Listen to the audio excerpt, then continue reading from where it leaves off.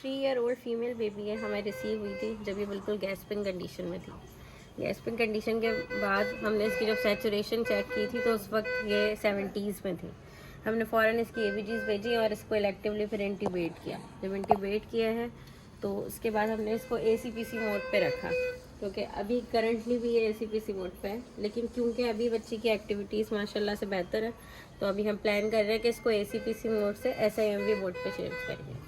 जब ये आई थी तो जब हमने इनकी RBS चेक की थी तो reading was very high, around 500, but currently इनकी RBS स्लो डाउन होती गई है। तो इस कंडीशन को हम वैसे DKA कहते हैं, जिसमें डायबिटिक कीटोएसिडोसिस। ये इसकी करंट RBS है जो हम मॉनिटर कर रहे हैं आर्ली। तो लास्ट RBS जैसे आप इसकी देख सकते हैं 183। इट मीन्स कि अभी बच्ची जो है वो बेटर शुगर्स की तरफ है और इसकी ABGs भी इम्प्रूव्ड हो रही हैं ऑन एडमिशन। जैसे कि इसका नाम बताता है DKA एसिडोसिस, तो एडमिशन के वक्त इसकी pH देखें आप 7.177। इट मीन्स कि एसिडिक हो गया था इसका ब्लड, और अब जैसे ही GQA से आउट हुई है तो अभी इसका pH 7.341 हो चुकी है। RBS बेहतर हो गई है, एसिड नेचर से बाहर आ चुकी है बच्ची। DKA का प्रोटोकॉल अब देख लेते हैं। अच्छा, करंटली बच्ची शिवर कर रही है बार बार, ये एक चीज़ इसका ड्रॉबैक है, लेकिन इसकी RBS ठीक आ रही है, टेम्परेचर नॉर्मल है। अभी हमारा एम राइट नाउ ये है कि बच्ची की शुगर्स जैसे ही बेहतर हो चुके हैं तो अब हम इसको वेंट आउट करने की कोशिश करेंगे। फ़िलहाल हम ACPC से SIMV मोड पे लेंगे और उसके बाद फर्दर प्लान करेंगे। DKA के प्रोटोकॉल होता है, जैसे ही बच्चा रिसीव होता है तो हम उसका यूरिन DR मस्ट भेजते हैं, क्योंकि यूरिन DR में आते हैं कीटोन। अगर वो कीटोन पॉजिटिव आ गए इट मीन्स कि बच्चे DKA में। इसकी एक चीज़ ये थी कि ये DKA के साथ साथ सेप्सिस में भी थी, इसलिए हमें अभी डबल मेहनत करनी पड़ी है। यूजुअली ऐसा होता है कि इस एज ग्रुप में हमें नहीं पता होता कि बच्चों को अभी शुगर है या नहीं है।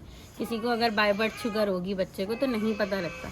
अचानक से जब बच्चे में कोई इन्फेक्शन होता है, जैसे कि इसकी प्रेजेंटिंग कंप्लेन थी, इसको वॉमिटिंग हो रही थी बहुत ज़्यादा 2 डेज से 2 to 1 डेज से इसकी जो है ना वॉमिटिंग की हिस्ट्री है और लूज मोशन की हिस्ट्री है।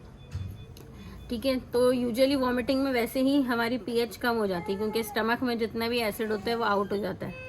तो उसके बाद जो है ना एसिड लो होता है, उसकी कंपनसेशन में जो है ना वो नेचर वाइज बढ़ता है हमारी बॉडी में, इस वजह से भी एसिडिक हो जाता है और किसी भी सेप्सिस के अंदर ट्रिगर हो सकती है शुगर।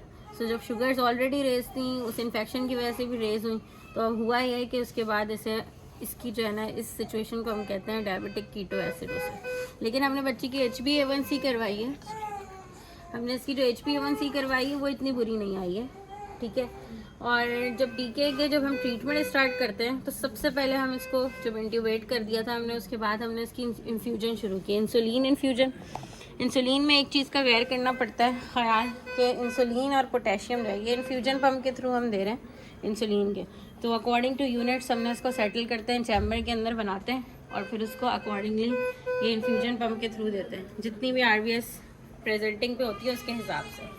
ठीक है, फिर और हम साथ में इसको सेलाइन और डेक्सट्रोज शुरू करते हैं। ये दोनों चीज़ें साथ साथ चलती रहेंगी। इसमें हम ये देखते हैं कि जैसे ही RBS 250 अराउंड 250 से कम होती है तो हम इसको डेक्सट्रोज वाटर या डेक्सट्रोज सेलाइन पर स्विच करते हैं, और अगर जो है वो इसकी RBS 255 से रेस्ट आती है तो हम नॉर्मल सेलाइन पे चलते हैं। ठीक है, अभी हम बच्चे के इलेक्ट्रोलाइट्स रिपीट कराएंगे पोटेशियम को देखने के लिए कि पोटेशियम कितना कम हुआ है, कि इंसुलिन और पोटेशियम का आपस में समझे साथ साथ चलते हैं। और एक्टिविटी जैसे आप देख सकते हैं अब बहुत अच्छी हो गई है, तो अब हम ACPC से इसको SIMV मोड पे लेके जाएंगे इंशाल्लाह।